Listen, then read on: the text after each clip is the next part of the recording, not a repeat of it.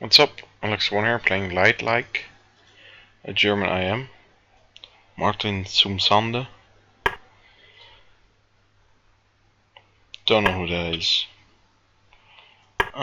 We get some sort of... well, we get the Scotch.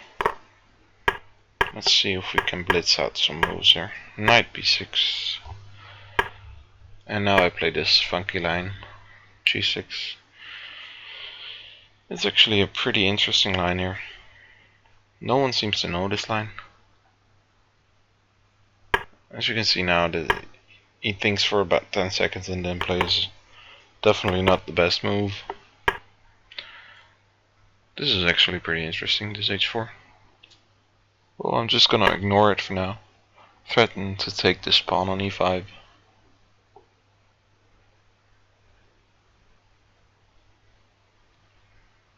Let's see what he does. If he goes h5, I'm gonna take for sure.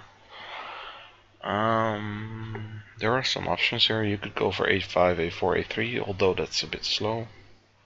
We could also go for something like d6, trying to get something like that working, or bishop a6, b3, and then something. There are some options here. Yeah, I think I like bishop a6 the best. Because if b3 here, we could maybe go f6. Yeah, so he doesn't go b3, which is the normal reaction. And I think we're doing more than okay here. Although our king side is a bit messy. And he is going to plump on that. Bishop f5 might be a good move. If he takes on g6, I'm just going to take back with the bishop and be somewhat solid. And on the other hand, it's looking at his king, so it's also a big plus. He might be able to go, yeah, I was gonna say. But queen e6. Same story, different day. Same day actually, but whatever, who's counting?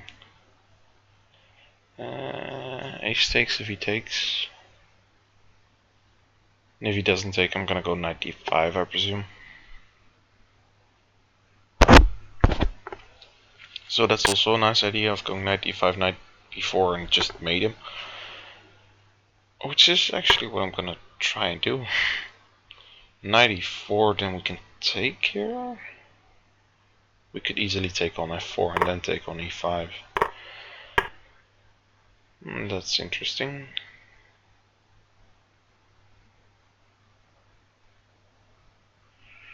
Very, very interesting. So that's so if we don't do anything, he's gonna go rook g3, I guess. So let's go rook b8. I was gonna check him.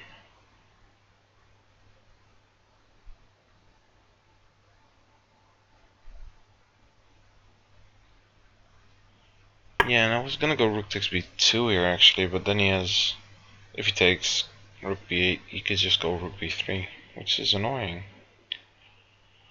And doesn't work for us. There are a lot of threats here, even just all of a sudden. Rook e6 keeps some of them out.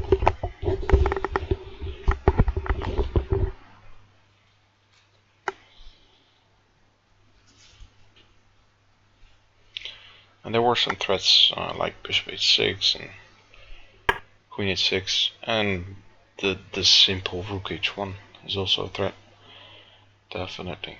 But we could just go rook g6 and sacrifice a pawn back, but we're somewhat safe on f8, I hope. Although we might have something like bishop h6 here though. Should we flee into the ending? Yeah, I think we should. We're up on time as well.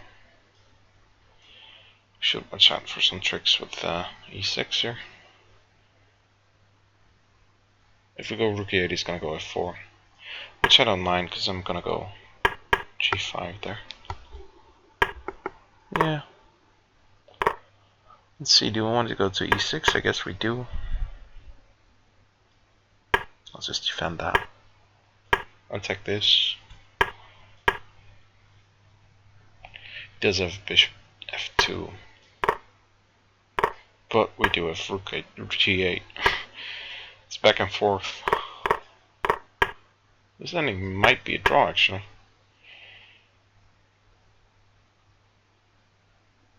Might well be.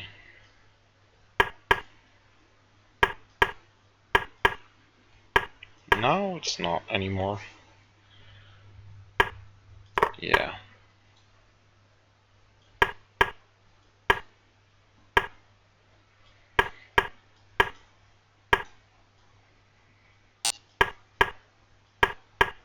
This guy's pretty fast.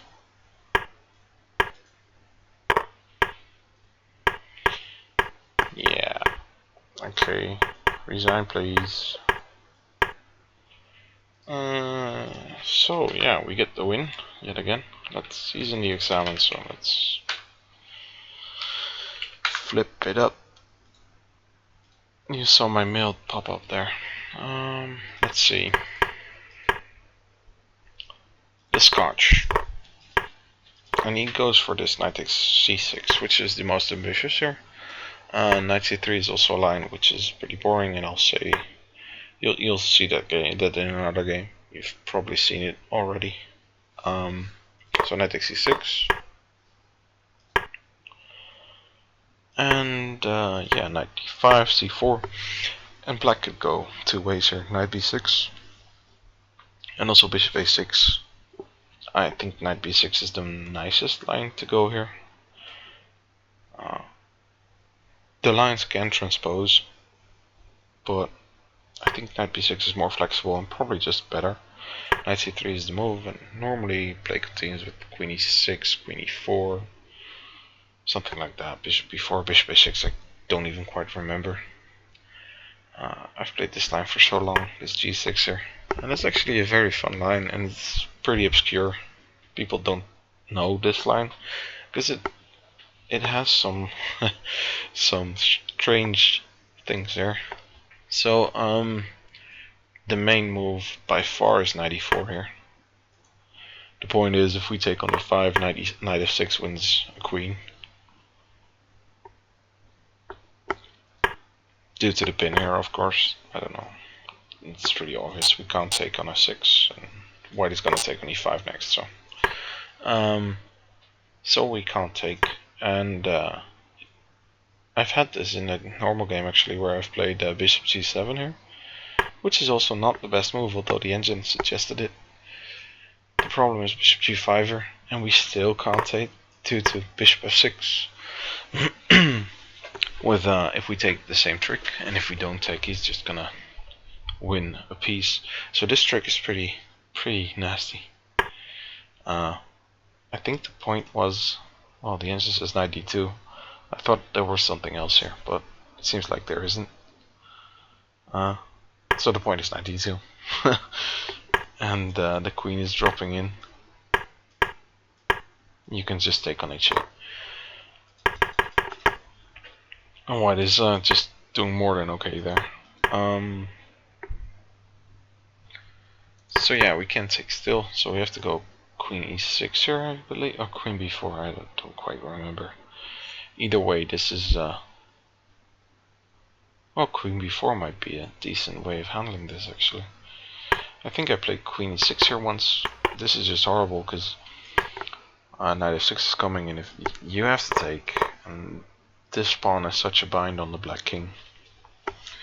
Black can't really get out, and this is pretty irritating.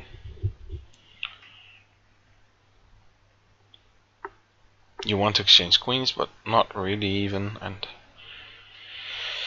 I mean, it's hard to see your pieces going somewhere active.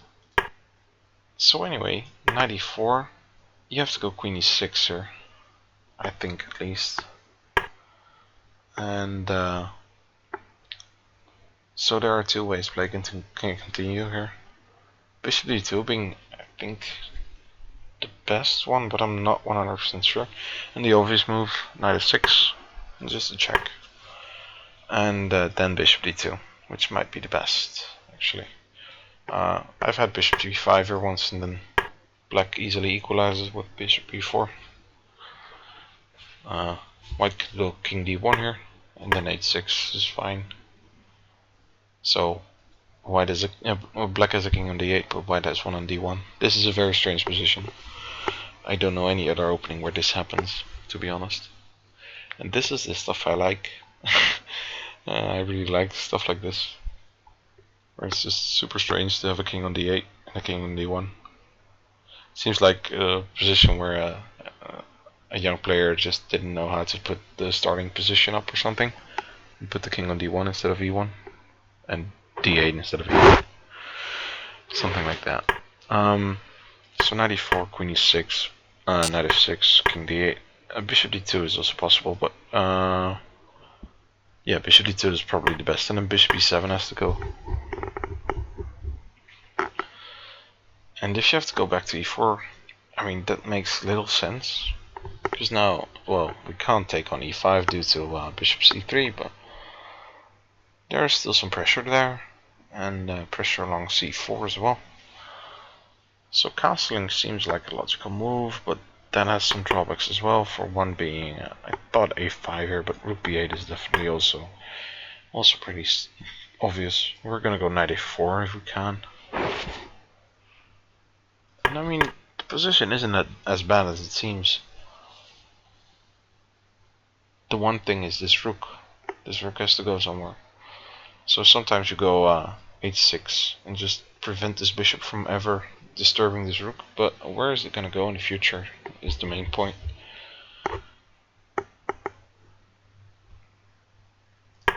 Anyway, that's for another game probably. Bishop f4 is definitely not the best move. So now we can go bishop g7, and this is the point. If white doesn't respond accordingly to this g6, this e5 comes under a lot of pressure.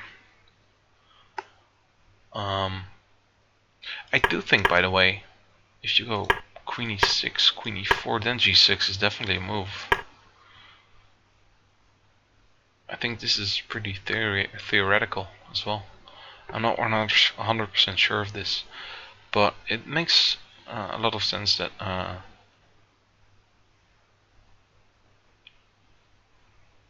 black has a lot of time here, in this position I mean. So you gain a tempo by postponing this queen e6, because the queen doesn't have to move. Normally you want to move your queen to e6 to put this bishop on b4, but we're not going to do that. We're going to put this bishop on g7, and then yeah, so the queen can stay on e7. I mean, it is pretty logical, because normally you play queen e6, just putting your bishop on b4, putting your other one on a6, pressuring on the c4 pawn. That's the main point from this in this position normally, but we're going for something else. We're not going to push on this c4 pawn, but we're going to push on this e5 pawn. And actually, I even think we're going to win it, although it's not that big of a deal here. h5 is pretty interesting. We could take on e5 here, I think. The engine likes this for white. Well, likes this as in being somewhat equal. So, I mean, if white is fighting for equality, then we're doing something good with black. I think c5 is a good move, because we're gonna have to give a pawn back here. But there's nothing bad about this actually. We are pretty active. We're gonna go rook e8. I mean, we're somewhat better here, I even believe.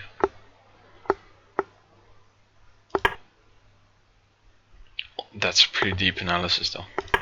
Rook e1, it feels like a bad move, and it probably is. The engine doesn't like it one bit, because this rook is actually doing a pretty good job here on d1, looking at the white position, but it's a very understandable move, because you don't want to drop the pawn. You're just gonna have to sacrifice it here, I guess, with white. Bishop a6 was a precise move. Bishop e6, not so much. We should have taken on f1. If he takes with the h rook, I guess is the normal move. Knight c4 maybe. Yeah, in combination with queen b4. Black is pretty fast as well. It's pretty logical actually. I missed that whole idea of going queen b4. Which makes life a bit easier, I guess.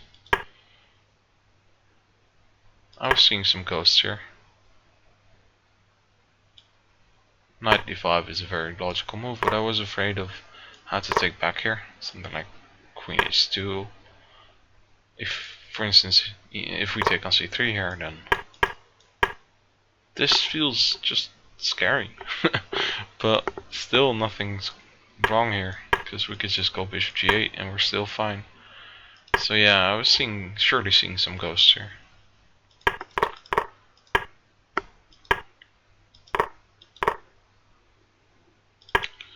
And yeah, now there are some threats here. Knight d5 this is a move I like. If he goes knight e4, what was I planning? I think I was planning to take here and then take on e5.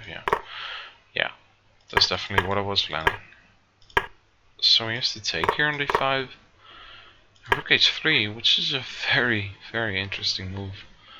So at first, well, I missed this whole rook b3 threat, so I was only looking at rook g3. So that's why I went rook b8. I was planning to go rook 6 b2 here, but it doesn't work due to this rook b. Oh, well, that definitely doesn't work. But due to this rook b3, which just saves the day. So this move is probably bad. I need to go for something else. But there are some problems here. Rook g3 is coming, and there are threats of bishop h6 and stuff like that. Probably rook e6. If rook g3, then we could just go to oh yeah, okay. Rook c6 is the point. Yeah, okay. Now we're just barging in. King d2, queen c2. This should mate somehow. d4 feels like a mate, but it's not, because you can go to f3. So let's see. Oh yeah, that's a mate. So rook d3, but then we can take here. Oh, we can't because of queen 6, but we could take here. And if the rook is gone from him, g3, we don't even have to hurry here. We just take our time to mate him. And I think the engine is taking time. f6. I mean, this is a pretty nice move as well. Just opening the lines.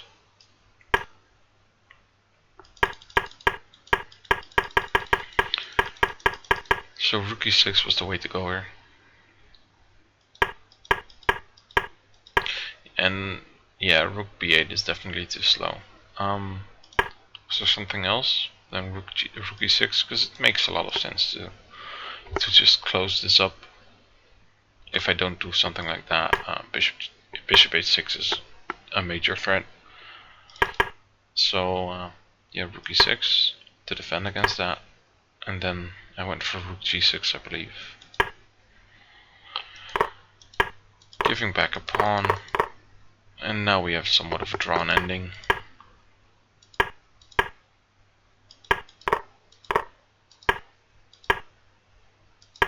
And I did like the way I played here. Suddenly we're winning a pawn again due to this rook g8, which is pretty sweet. There was something better here, it seems. Rook h8. Going for rook h2. And just putting pressure on this b2 pawn, incidentally as well. So there's one nice trick here, being rook takes f2, bishop d4, and winning that rook there. So that always also works in our favor. Yeah, I just took the pawn and went for this ending, but this is actually pretty hard. He's pretty fast with his pawn there. Oh, I could just take... Wow. I saw the engine go up to like +5 or -5 that is, but wow, I just missed. That's pretty bad. Pretty disturbing as well. I thought this would win actually. But he could just go to B6 and then to A6 and then to D6. Wow, that's the point. So there's no way for me to continue here. This is just a draw. Rook D8 he could take there. D6, B4 with a draw. Or with an easy draw, because he's cutting off my king as well. Pretty intense. I should have seen that. I should have seen that I could just take the rook. That's pretty bad. So my idea of just somewhat stalemating him was just pretty good, but the execution was less good. I could just go C5 here and then king closer, I guess. Jeez. Anyway, he didn't take his chance of going rook b6, and now it's just easy. I don't even think I was